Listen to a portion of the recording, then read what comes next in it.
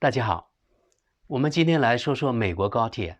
其实本来不想说这个话题的，但是前天，也就是2021年2月5日，美国新上任的运输部长，这个人叫布蒂吉格，他接受美国微软全国有线广播电视公司 MSNBC 采访的时候表示，他说要让美国的高速铁路引领全世界。我听到这句话的时候，简直不敢相信我的耳朵。这大概就是美国式的自信吧。更不可思议的是，他不仅提到日本的高铁，也提到英国的还有土耳其的高铁。据我所知，土耳其的所谓高铁只有区533公里，最高时速只有250公里。它是从它的首都安卡拉开到伊斯坦布尔，就是它最大的城市，而且是中国公司参与建设的。而英国就更惨了，到目前为止只有区108公里。它是连接伦敦到英法隧道口，最高时速据说是300公里。英国的第2条高铁即将开建，耗时大家猜猜看，要多少年呢？20年。去年，也就是2020年2月11日，英国首相约翰逊宣布将重新启动第2条高铁项目，预计2040年完工。好，刚才说到是20年的工期，那这条线路大概有多长呢？大家听好了，531公里。最新的建设成本预估是1060亿英镑，约人民币大概是1万亿人民币。每公里建设成本是2亿英镑，相当于人民币每公里18亿元。不过，按照西方选举社会的传统，一般到完工的时候，成本翻倍，甚至几倍都有可能。按目前的造价是中国的10倍，这真是天价高铁啊！据报道，初期的第一段是160公里，从伦敦到伯明翰，争取在2033年之前完工。我的妈呀，160公里要建13年，相当于每年只建12.3公里。现在我们对比一下中国，到2020年年底，中国高铁里程一共有大约38000公里，占全世界全部高铁里程的2/3以上。而且这个比例还逐年增加，到今年年底要达到4万公里。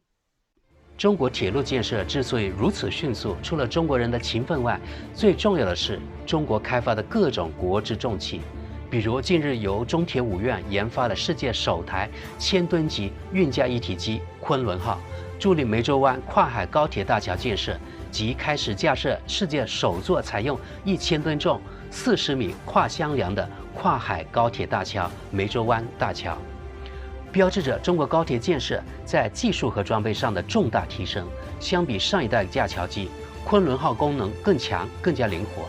它不仅能运架600吨24米箱梁、900吨32米箱梁，甚至1000吨的40米箱梁也没有问题。由于支持40米箱梁从运输到架设的一体化作业，不仅能更加智能，也有效减少了列车与桥梁的共振，使高铁更加平稳的运行。其采用抗拉强度高达785兆帕的高强度钢板，这种材料已经达到了军用级别，不仅强度高，而且重量轻，这也保证了昆仑号能在7级大风下平稳作业。同时，昆仑号在施工过程中能减少20%的架梁成本，还能提高25%的架梁速度。这样的设备与基建狂魔绝对相得益彰。不仅如此，昆仑号还能在隧道内架梁，更能实现隧道进出口邻里梁等操作。更厉害的是，其同时还装备了极光矩阵传感器系统，在黑暗的隧道内也能精确施工，并且还带有自动纠正功能。相信未来在昆仑号的帮助下，中国将进一步拉开与其他国家距离，在高铁领域一骑绝尘。好，现在我们回到2月5号美国这条新闻。I am one of the maybe small number of people in America that I am obsessed with trains. I love trains. I think trains are the most civilized way to travel. I am actually excited about the Secretary of Transportation position in general, but you being in it changes the game. Not only is it making history, but you have a chance to, as a former mayor, really dig in and make some changes. How long is it going to take before I get my high-speed rail? Well, I'll tell you, I can't wait. I feel the same way you do. And as you know, the president's a big believer in passenger rail, too. Look, we've been asked to settle for less in this country, and I just don't know why people in other countries ought to have better train service and more investment in high-speed train service than Americans do. Amtrak has done a heroic job with the constraints that have been placed on them. Now we've got to take things to the next level. You look at what not just famously, let's say our fellow, our counterparts in Japan are able to enjoy, but really across the world, a place like the UK or Turkey. I want the U.S. to be leading the world when it comes to access to high-speed rail, and I think we have a real opportunity to do that, especially with the bipartisan appetite for real investments that we have before us this year. Well, it felt bipartisan at a certain point. I mean, we had infrastructure week like literally every week during the previous administration. They never actually did it. Republicans talk a good game saying they want it too. It creates lots of jobs, there's lots of opportunity, but they keep hedging because they want it to be privately owned. That was the Rick Scott issue, that they didn't like the idea of the public investing in high-speed rail. They wanted to just be private companies. How do you break that logjam? If you could answer that, and then also, how do you ensure that we don't get another Overtown, that we're not, vivisecting communities of color and putting people of color in a worse situation than they started? Yeah, that piece is especially important. In fact, today is Transportation Equity Day because it's the birthday of Rosa Parks. Now, I know when you think about all the areas of federal government that deal with racial justice, people don't always think first of the Department of Transportation, but the example of Rosa Parks reminds us how much is at stake. And as you said, it's not just about things like, what the Montgomery bus boycott was about and equitable access to transit, but it's the fact that sometimes, investment came to black neighborhoods all right, but it came in the worst possible way, a highway destroying that neighborhood. You shared that Overtown example. There are examples from Nashville to Richmond to Pittsburgh. And we've got to make sure, first of all, that our policies recognize that history of harm, where this magnificent thing of creating the interstate highway system was so often done with terrible consequences for communities of color. And now we have a chance to get it right. We have a chance to make investments that expand opportunity instead of cutting people off from opportunity, that build and enrich neighborhoods instead of breaking them up. And that's got to be central to the federal transportation policy vision, but also as we're working with different communities, with states and cities and towns and counties and territories and tribes. Tribal citizens in this country have a lot at stake in whether we have equitable transportation funding. Now's our chance to do all of that and more. So it's the right moment to be looking at the equity implications of everything we do in the federal government. 美国新上任运输部长布蒂吉格表示，要让美国的高速铁路引领全世界。这样的豪言壮语听起来当然很振奋人心，但是呢，理想很丰满，现实很骨感。美国的高铁称之为 Acela Express， 在美国的东北走廊及华盛顿、纽约、波士顿之间运行。目前呢，一共长度是730多公里。据维基百科的消息，仅有55公里。这个长度呢，它的速度达到240公里，它的平均时速其实只有大约是100多到120公里。整条线路长，刚才说了是730公里，运行时间呢大概是6个半小时到差不多7个小时。所以如果硬算美国高铁的话，其实美国的高铁里程只有55公里。刚才上面那个新闻我们看到了啊，美国这位运输部长在访谈中提到了英国的还有土耳其的高铁，当然这是事实，但人家英国呢只有108公里，土耳其只有533公里的高铁，但就是对中国的38000公里的高铁只字不提。也可能这位部长根本就不知道中国有高铁，或者是故意不说，以免伤了自信的美国人的玻璃心。美国高铁计划最早可以追溯到2008年，美国有第一条高铁规划，时任州长施瓦辛格在任期的时候正式提出加州高铁的项目。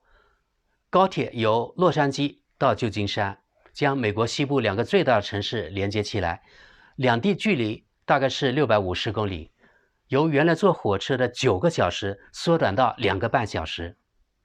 2009年4月，奥巴马在演说中曾畅谈横贯美国的高铁干线蓝图。又过了1年，2010年，奥巴马又在群众集会上宣布，美国将修建13条高铁，其中联邦政府将在未来5年内每年拿出10亿美元巨款，作为计划的启动资金。2011年，他更在国情咨文的演说中雄心勃勃地表示，美国未来闪亮的高铁子弹头列车将以每小时200英里，也就是320公里的速度奔驰在美国的大地上。他曾雄心勃勃地说，未来25年里，我们的目标是让80%的美国人都坐上美国的高铁。 Let's be real. The current project, as planned, would cost too much and respectfully take too long. There's been too little oversight and not enough transparency. Right now, there simply isn't a path to get from Sacramento to San Diego, let alone from San Francisco to LA. I wish there were. However, we do have the capacity to complete a high-speed rail link between Merced and Bakersfield. Now, the governor emphasized he's not abandoning the project altogether, but there are no longer any plans to build a bullet train between Northern and Southern California. Instead, that high-speed rail project will link the Central Valley communities of Merced and Bakersfield. And for those of you, I know you're out there, that just want to throw away this whole project, sort of give up on this whole endeavor, I just offer you this. Abandoning the high-speed rail entirely means we will have wasted billions and billions of dollars with nothing but broken promises, partially fulfilled commitments, and lawsuits to show for it. And Newsom's also appointing his economic development director as the next chair of the High-Speed Rail Authority. The governor says his pick will push for more transparency and require contractors and consultants to explain how taxpayer dollars are spent. But the governor did emphasize that abandoning the entire project would require the state return more than $3 billion in federal funds to President Trump, and he isn't about to do that.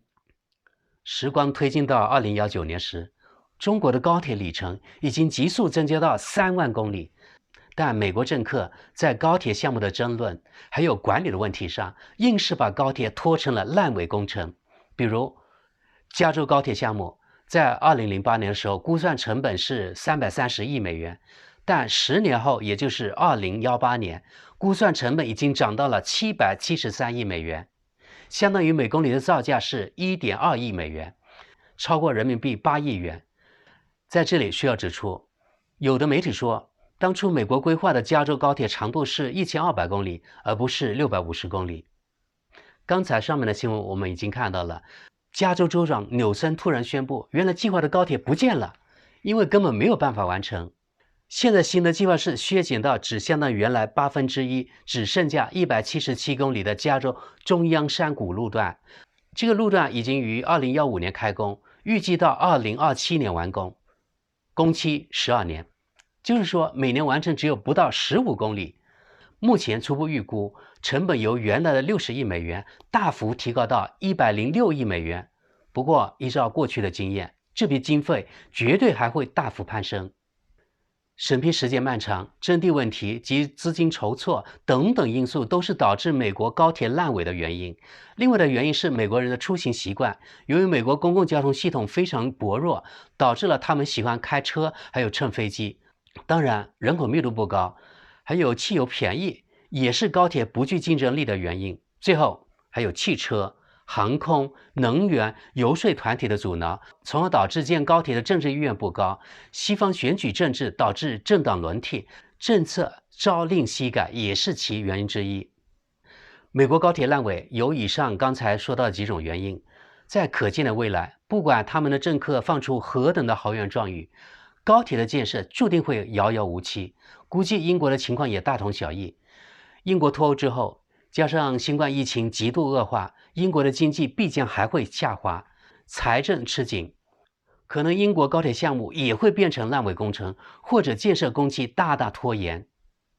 我看不是美国的高铁能引领世界，而是美国政客吹牛的本领能够引领世界。